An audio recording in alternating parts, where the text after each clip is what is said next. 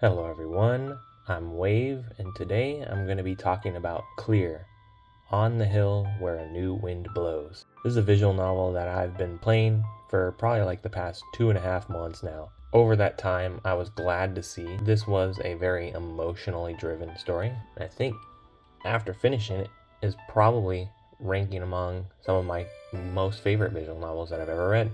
I'm going to be covering both the PC and the PS2 versions, comparing and contrasting various differences and what you can expect from either version.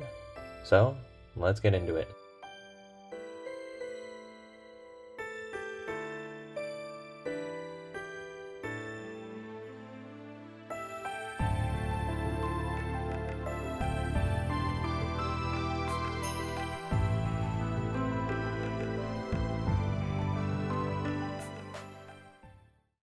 Now, I typically don't go too hard into describing the stories, mostly because I feel like you could literally look it up on VNDB for a short synopsis if you really wanted to. But I feel like for what I'm going to be talking about in this review, it does help to have a little bit of context in case you don't want to go ahead and go out of your way to look it up yourself. So, the story of Clear starts with the protagonist, and we are returning back to the island that the protagonist grew up on because they got into some sort of conflict in their previous school. One of the biggest glaring things that comes up with the protagonist is that he refers to himself as a vampire, and he does mean this within both a typical what you'd expect style, but then also besides being somebody that goes out and sucks blood, they also refer to themselves as having no emotions in their heart, like they don't feel anything. And then throughout the course of Common Route, it is quite slow going. It is the introduction of the cast of characters and the world setting, being able to become accustomed to the various family members, and then also after that time transitioning into going to the brand new school and coming across new characters that are within the school setting, being able to set up whatever club activities you want to do. And it is a very laid back, very chill kind of vibe. And then as we progress, depending on which characters you talk to as well throughout Common Route, you're going to either see less or more of the more serious tone within it until you get into any designated character route. For the PC version, there are 5 character routes.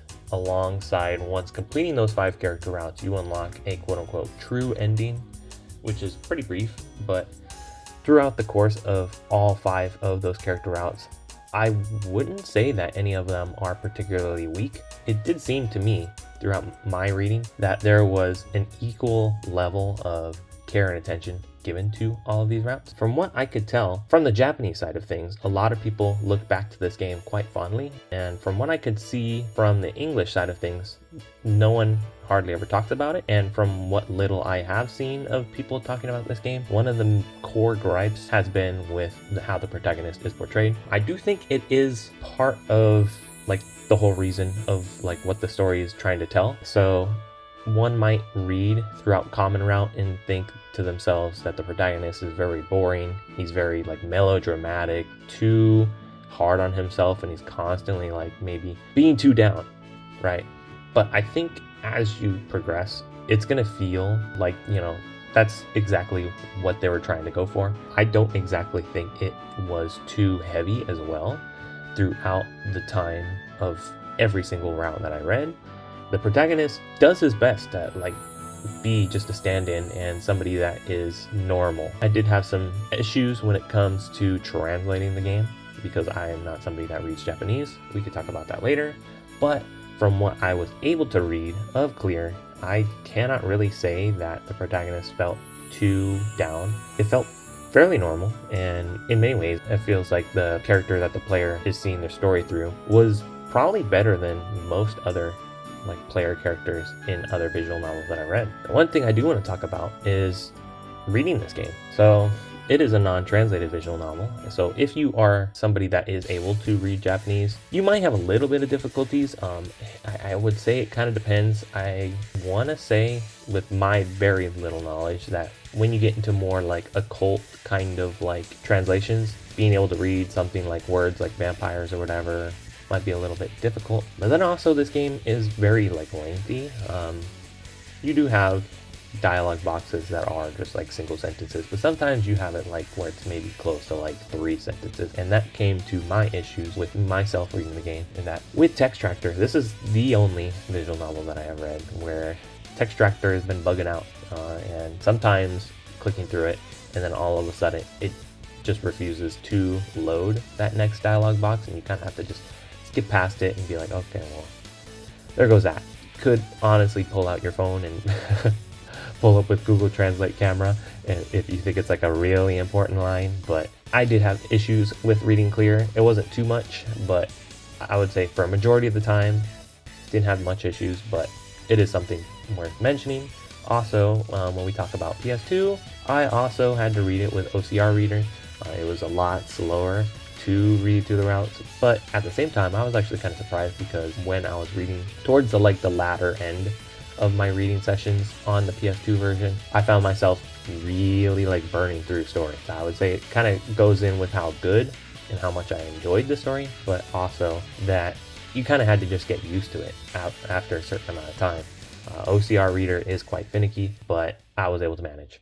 Now let's get into the actual like meat of the game. So I would compare this, like, out of every visual novel that I've played, I would compare this most closely to Clanad, which is honestly quite like astounding. I think they share a decent amount of similarities in the fact that I would say that Common Route, depending on how you're reading it, can feel to be like quite slow. But then once you get into it, you're gonna start feeling this like really solid blend between both the very like laid back slice of life comedy, humor kind of vibes, and then also being able to flip at various points where you have this very emotional moment or like scene. And it was quite astounding to be able to see. I think when it comes to this game, it is quite humorous.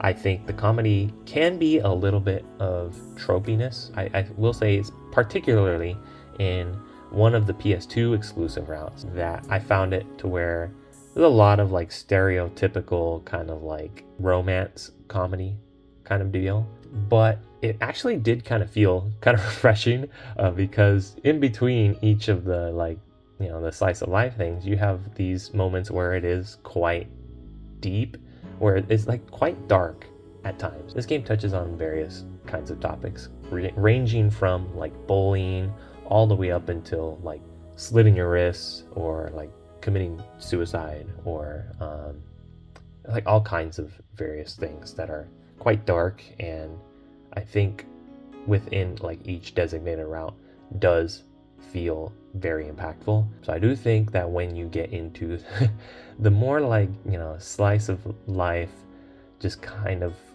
comedy, being able to just enjoy and just like have a good laugh, right? It's a pretty good swap between those two different kinds of tones. Now, one other thing I do want to say is that between all of the various routes, there are 7 in total if you count the PlayStation 2 exclusive routes. One thing is going to very much like define it, and I've seen a different visual novel talked about negatively in this regard. I found it to be a positive, is that all of the routes share common like points throughout the story. There's various events such as like the summer festival or like a school field trip that happen on designated calendar days throughout each and every single route, and it helps to like set a certain structure that I found worked well. Various routes use certain events more than other routes, and I think it changed it up enough to where it felt very different. Obviously all the different routes weren't like the same events happening over and over.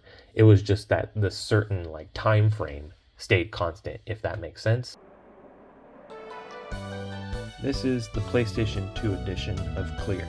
Thank you for picking up the PS2 edition of Clear. Happy release day!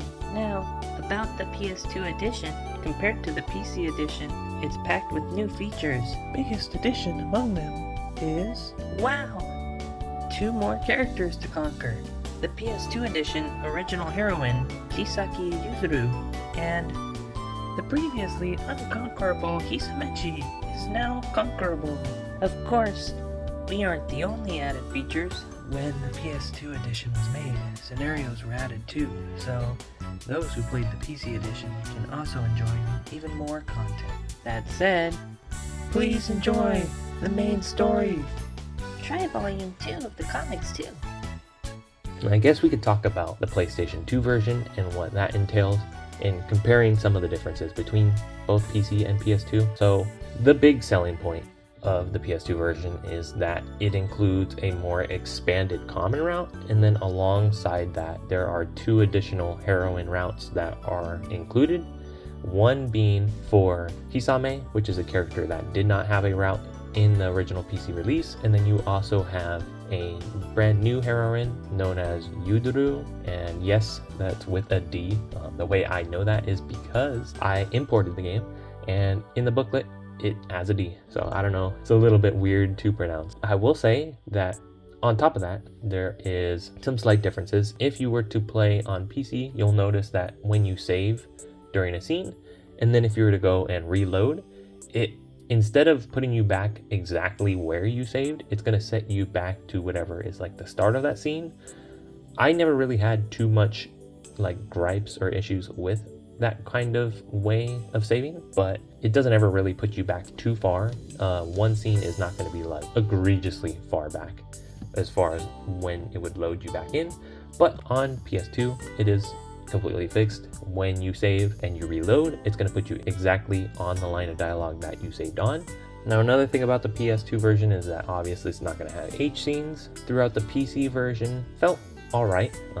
Didn't feel too plot relevant, so if you were to like only play PS2 version, which I would say is like the quote-unquote definitive edition, I don't think it would be too big of a loss, but I did swap between both versions. I read the common route and then those 2 exclusive routes on PS2, and then I read everything else on PC just because it was easier for me. It was faster to read, and by fast, 2.5 months later, I'm finished with it.